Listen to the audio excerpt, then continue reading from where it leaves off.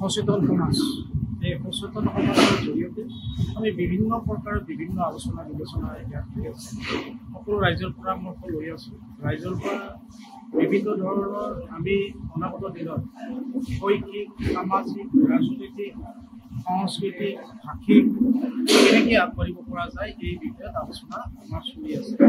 কাৰণ বিভিন্ন সময়ত আমি দেখা পাইছোঁ যে আমাৰ বিভিন্ন ভুল তথ্যৰে বিভিন্ন সময়ত যিবিলাক আমাৰ সামাজিকভাৱে কিছু আমাৰ দায়বদ্ধতা আছে, এই সামাজিকভাৱে এই দায়িত্ববিলাক আমাৰ কিছুমান আমাৰ নিজৰ অনীহাৰ কাৰণে, নিজৰ প্ৰতি মানে দায়বদ্ধতা নথকাৰ কাৰণে বিভিন্নজনে বিভিন্ন মানে আমাক যিবিলাক তথ্য, সেই তথ্যবিলাক আমাক ভুল সেই তথ্যবিলাক তেওঁলোক এক্সাম্পল যেনেকৈ মানে আমাৰ লোকগণনা, এই লোকগণনা এইবাৰ যিহেতু বিজেপি চৰকাৰে এটা মানে জাতিভিত্তিক এটা লোকগণনা হ'ব, সেই ক্ষেত্ৰত আমি মানুহখিনি সচেতন কৰাৰ কাৰণে আমি ইতিমধ্যে আলোচনা কৰিছোঁ কেনেকৈ আমি আগবাঢ়িম।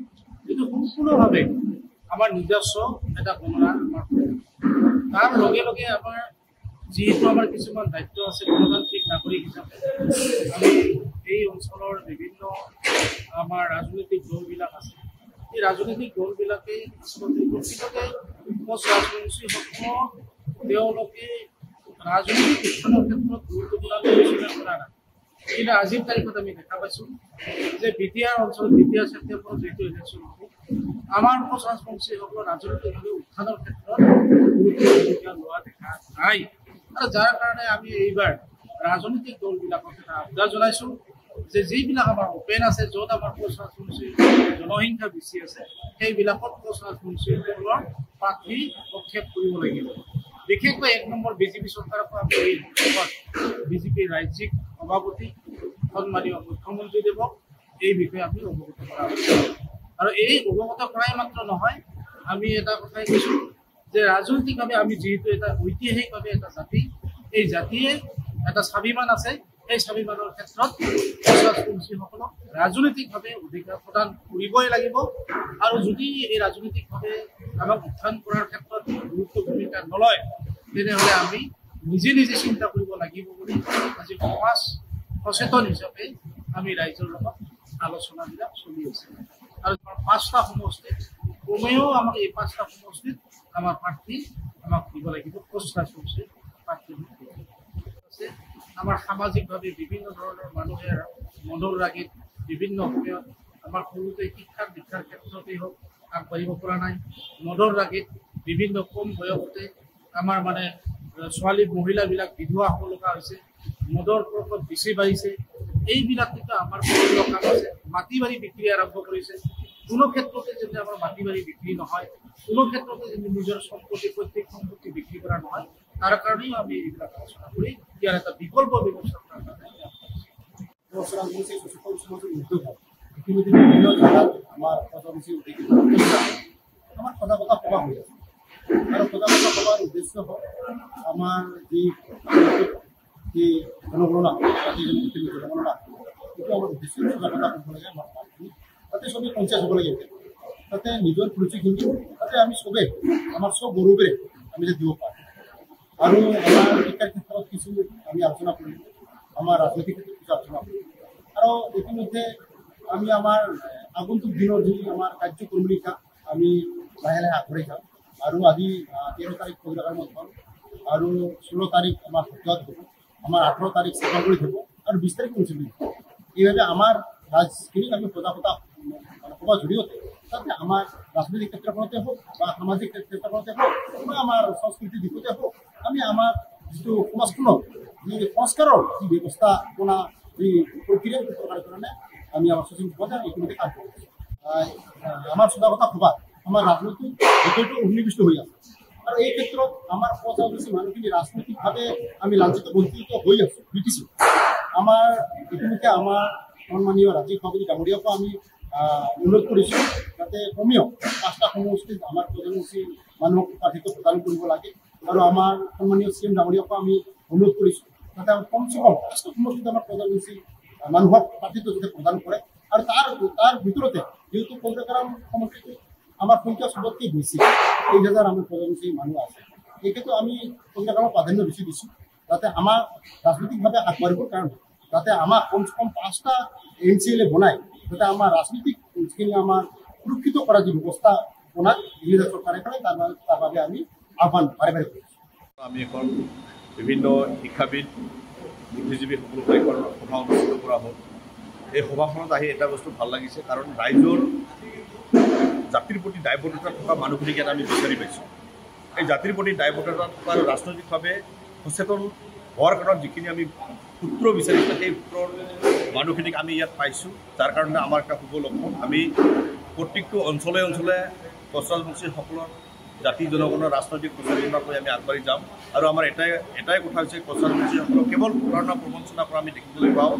ৰাজনৈতিকভাৱে যে ৰাজনৈতিক লিডাৰে যে কেৱল আমাৰ কোচ ৰাজবংশীসকলকে ভোট বেংক হিচাপে ব্যৱহাৰ কৰে আৰু কি কাৰণত কৰে তাৰ সূত্ৰ আমি বিচাৰি পাইছোঁ আৰু তাৰ নিৰাময়ৰ কাৰণে যি প্ৰয়োজনীয় দৰৱ সেই দৰৱটো আমি বিচাৰি পাইছোঁ। এই দৰৱটোৰ লগত সংগতি ৰাখি আমি বিভিন্ন প্ৰান্তত সিঁচৰিত হৈ থকা কোচ ৰাজবংশীসকলক একত্ৰিত কৰি ৰাজনৈতিক চিন্তাধাৰা আমি কেনেকৈ আগবাঢ়ি ভৱিষ্যত জাতিৰ আমি উত্তৰৰ কাৰণে চিন্তা কৰিব তাৰ কাম আমি ইতিমধ্যে কৰি আছোঁ। প্ৰত্যেকটো প্ৰান্তত হ'ব। আজি ফকীৰাগাৰাম হৈছে, এবাৰ চালাইঘাটী হ'ব, বেলেগ BTRৰ যিহেতু BTR ইলেকশ্যন চলি আছে তাৰ BTR ইলেকশ্যনৰ আগমুহূৰ্তত কোচ ৰাজবংশীসকলৰ ফালৰ পৰা আমি 5টা সমষ্টি ডিমাণ্ড কৰিছোঁ। কাৰণ আমি বিগত দিনত আমি দেখিবলৈ পাইছোঁ কোচ ৰাজবংশীসকলৰ সমস্যা সমাধানৰ কৰাৰ ক্ষেত্ৰত ৰাজনৈতিক যে আমাৰ ভূমিকা হ'ব লাগিছে সেই ভূমিকা আমি হ'ব পৰা নাই আৰু বাৰে বাৰে আমাক কোচ ৰাজবংশীসকলক অন্যায় কৰা হৈছে। এই অন্যায় কৰাৰ কাৰণে যে কোচ ৰাজবংশী সচেতন সমাজৰ আজি গঠন হ'ল, এই কোচ ৰাজবংশী সচেতন সমাজৰ লগত বিভিন্ন বুদ্ধিজীৱী শিক্ষক সমাজৰ মানুহখিনি আমাৰ লগত বৰ্তমান সহযোগ কৰি আছে। প্ৰত্যেকটো প্ৰান্তত প্ৰত্যেক দিনত যি আমাৰ মানে 100টাৰ বেছি আমাৰ ফোন আহে, এই ফোনৰ ভিতৰত আমাক সকলোৱে মানে উপদেশ আদেশ আমাক দিয়ে বোলে এনেকৈ কাম কৰিব লাগে। তো আমিও বিচাৰি আছোঁ প্ৰত্যেকটো প্ৰান্তত আমি সোমাম। আমাৰ এটাই কথা কোচ ৰাজবংশীসকলক ৰাজনৈতিক অধিকাৰ আমাক দিবই লাগিব। ৰাজনৈতিক অধিকাৰ নিদিলে আমাৰ যি কৰণীয় সেই কামখিনি আমি কৰি যাম। আমি ইয়াত সন্মুখীন হোৱা কোনো কষ্টই নুঠে আৰু লগতে এটা কথা ক'ব বিচাৰিছোঁ অসমৰ মানুহৰ মুখ্যমন্ত্ৰী ডাঙৰীয়া, আপোনালোকে কোচ ৰাজবংশী জাতিৰ প্ৰতি ভাল ভাবিছে তেতিয়াহ'লে কোচ ৰাজবংশী জাতিৰ যদি ভৱিষ্যত বাচাই ৰাখিব বিচাৰে আৰু অসমখন যদি সুৰক্ষিত কৰিব বিচাৰে তেতিয়াহ'লে কোচ ৰাজবংশীসকলৰ যি জনজাতিকৰণৰ দাবী এইটো অতি সোনকালে 5টা দিশ আমি আহ্বান কৰিছোঁ। সভাবিলাক কৰি আছোঁ। আমাৰ এইখনেই প্ৰথম বা শেষ সভা নহয়, আমি ইতিমধ্যে 2খন সভা কৰিছোঁ। আজি এইখন তৃতীয় যিখন আমাৰ সভা, এইখন সভাতো যথেষ্ট সংখ্যক মানুহৰ সহযোগ সহানুভূতি আমি পাইছোঁ আৰু বিশেষকৈ যিখিনি জাতিক ভাল পোৱা আমাৰ মানুহ আছে এইখিনি ওলাই আহিছে। জাতিক ভাল পোৱা মানে এইটোৱেই বুজায় যে যিসকলে জাতিটোৰ কাৰণে চিন্তা কৰে। আজি বহুদিন ধৰি আমি লক্ষ্য কৰি আছোঁ আমাৰ ৰাজবংশীসকলক চৰকাৰৰ বা যিকোনো ৰাজনৈতিক দলে আমাক খুব প্ৰতাৰণা আৰু বঞ্চিত কৰি আছে। এই প্ৰতাৰণা আৰু বঞ্চিতৰ হোৱাৰ কাৰণে আমি এইবাৰ সজাগ হ'বলৈ বাধ্য হৈছোঁ। যিহেতু BTADত ইলেকশ্যন সমাগত, এইবাৰ আমি যিহেতু আমাৰ মানুহখিনি BJPৰ লগত ওতঃপ্ৰোতভাৱে জড়িত হৈ গৈছে, আমি এইবাৰ BJP দলত এটাই দাবী কৰিছোঁ যে ফকীৰাগাৰাম 7খন সমষ্টিত আমাৰ কোচ ৰাজবংশী মানুহক আপোনালোকৰ BJPত কাম কৰি থকা আপোনালোকৰ দলীয় মানুহক ইয়াত প্ৰাৰ্থিত্ব প্ৰদান কৰিব লাগে। নহ'লে আমি ইয়াত যদি আমাৰ এইটো নকৰি পেলাই অন্যক দিয়ে তেতিয়াহ'লে আমি বিৰোধিতা কৰিবলৈ কিন্তু এইবাৰ আমি কুণ্ঠাবোধ নকৰিম। এইখিনি আমি CMক আমি আহ্বান জনাইছোঁ। BJP দলৰ সভাপতিৰ ওচৰত আমি ইতিমধ্যে গৈছোঁ। কেইবাখনো আমি আমাৰ গাৰ্জিয়ান ও অভিভাৱক মন্ত্ৰী অশোক সিংহালকো আমি এই সংক্ৰান্তত অৱগত কৰিছোঁ। আমি আশা কৰি আছোঁ BJPয়ে এইবাৰ আমাৰ এই কথাটোক গুৰুত্ব প্ৰদান কৰি ফকীৰাগাৰাম সমষ্টিত আমাৰ কোচ ৰাজবংশী মানুহক প্ৰাৰ্থিত্ব দি পেলাই নিৰ্বাচনৰ যিটো বৈতৰণি পাৰ হোৱাৰ যিটো ব্যৱস্থা সিহঁতে যোগাত্মকভাৱে চিন্তা কৰি পেলাই ল'ব বুলি আমি ধাৰণা কৰোঁ। আৰু এই ধাৰণাটো কিয় কৰোঁ? কাৰণ আমাৰ জাতিটোক যিধৰণে প্ৰতাৰণা কৰি আছে এই প্ৰতাৰণাৰ পৰা আমি মুক্ত পাব বিচাৰোঁ। আমি আজি হীৰমন্যতাত ভুগি আছোঁ। 23,000 জনসংখ্যাৰ ভোটাৰ থকা স্বত্বেও আমাৰ মানুহ আজি বেলেগ সমষ্টিৰ পৰা ধাৰ কৰি অনা প্ৰাৰ্থীয়ে আমাক আজি শাসন কৰি আছে। ইয়াৰ আমি পৰিত্ৰাণ চাওঁ আৰু এই পৰিত্ৰাণ বিচাৰি আমাক যি কৰিব লাগে আমি সচেতন সমাজে কৰি পেলাই আগবাঢ়ি যিকোনো খবৰৰ বাবে যোগাযোগ কৰক 7099017330 লগতে 7099017110 নম্বৰত।